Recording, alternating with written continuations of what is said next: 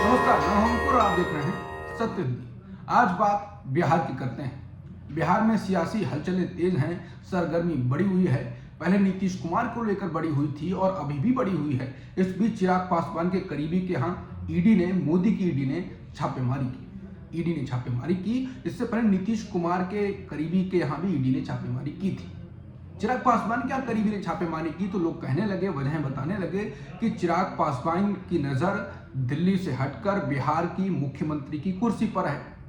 और ये इसलिए कहने लगे क्योंकि चिराग पासवान के जो एक नेता हैं, युवा एलजेपी-आर के उपाध्यक्ष आदित्य पांडे, उन्होंने कहा था कि हर पार्टी का कार्यकर्ता ये चाहेगा कि चिराग पासवान मुख्यमंत्री बने। केवल उन्होंने नहीं कहा था, चिराग पासवान ने भी यही कहा था। चिराग पासवान से ऐसा सवाल पूछा गया, सवाल थोड़ा हटके था और जवाब भी थोड़ा हटके था, लेकिन उसकी नजर कहीं और पर थी। सवाल था कि आप विधायक बनना चाहते हैं? और यह सवाल इसलिए खास है क्योंकि चिराग सांसद हैं और मंत्री भी। इसका जब जवाब चिराग ने दिया कि कौन बिहार में विधायक नहीं बनना चाहेगा, आप विधायक का मतलब समझ लें, बात विधायक बनने की नहीं, विधायक होगा तभी मुख्यमंत्री होगा। और जवाब भी घुमाकर दिया गया, सवाल घुमाकर पूछा गया, बात मुख्यमंत्री पद की थी। इस बीच चिराग पासवान के करीबी हुलास पांडे के यहाँ ईडी ने छापेमारी कर दी। फिर सबकी नजरें चिराग पासवान पर थी कि चिराग पासवान अब क्या करते हैं, क्या कहने वाले हैं। और चिराग पासवान ने कहा भी। चिराग पासवान ने बिहार के सबसे चर्चित मुद्दे जिस पर सरकार घिरी हुई है उस पर कहा, उस पर बीजेपी यानी कि एनडीए सरकार पर, नीतीश सरकार पर निशाना साधा, सवाल पूछे।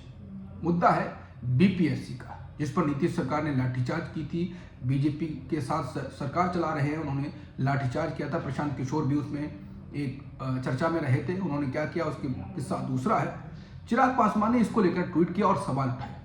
चिराग ने कहा कि बिहार के युवाओं और बीपीएससी अभ्यर्थियों के मुद्दों को लेकर एनडीए सरकार के प्रमुख सहयोगी होने के नाते मैंने बिहार सरकार और माननीय मुख्यमंत्री श्री नीतीश कुमार जी से तुरंत हस्तक्षेप करने की अपील की, जिसके परिणाम स्वरूप सरकार की ओर से मुख्य सचिव ने अभ्यर्थियों और छात्रों के साथ संवाद की प्रक्रिया शुरू कर दी।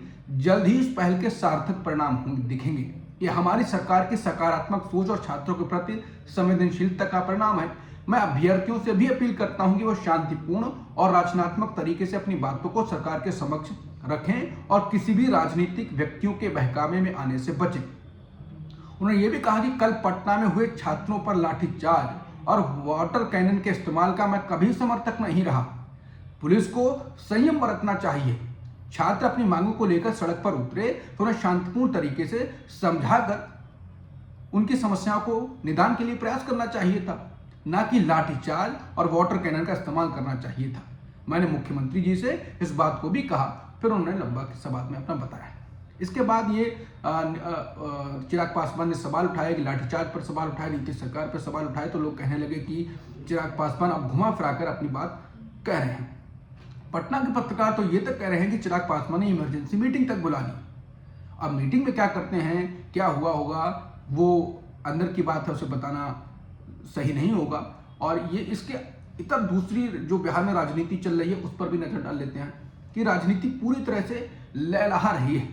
नीतीश कुमार को पीएम मोदी और नड्डा जी ने वक्त नहीं दिया दिल्ली में। वो बिना मिले दिल्ली से बिहार चले गए या बिना मिले उनको भेज दिया गया। उनसे मुलाकात का वक्त नहीं दिया गया। बता दिया गया कि दोनों लोग व्यस्त हैं। पहले पीएम मोदी और बाद में नड्डा जी ने भी बता दिया कि वो व्यस्त हैं। इसके बाद नीतीश कुमार राज्यपाल से मिलने गए, राजभवन पहुंचे। फिर भी सियासी सरगर्मियां बढ़ गई कि क्या नीतीश कुमार इस्तीफा दे सकते हैं, नीतीश कुमार अब क्या करने जा रहे हैं। खबरें तो और भी डिजिटल मीडिया पे चलाई जा रही हैं, वो कि बताने लायक नहीं है कि नीतीश कुमार की यहाँ मुलाकात हो गई, वहाँ मुलाकात हो गई। वो कोई खबर नहीं है, क्योंकि वो हो सकता है बढ़ावे के लिए बताई जा रही हूँ। लेकिन इस बीच राज्यपाल नए बने बिहार के आरिफ मोहम्मद खान ने पूर्व मुख्यमंत्री लालू प्रसाद यादव और राबड़ी देवी जी से मुलाकात की, उनके आवास पर जाकर। चुनाव से पहले बहुत कुछ चल रहा है। वक्त के साथ सारी चीजें खुलेंगी। नजरें बिहार पर लगी रहेंगी। नमस्कार।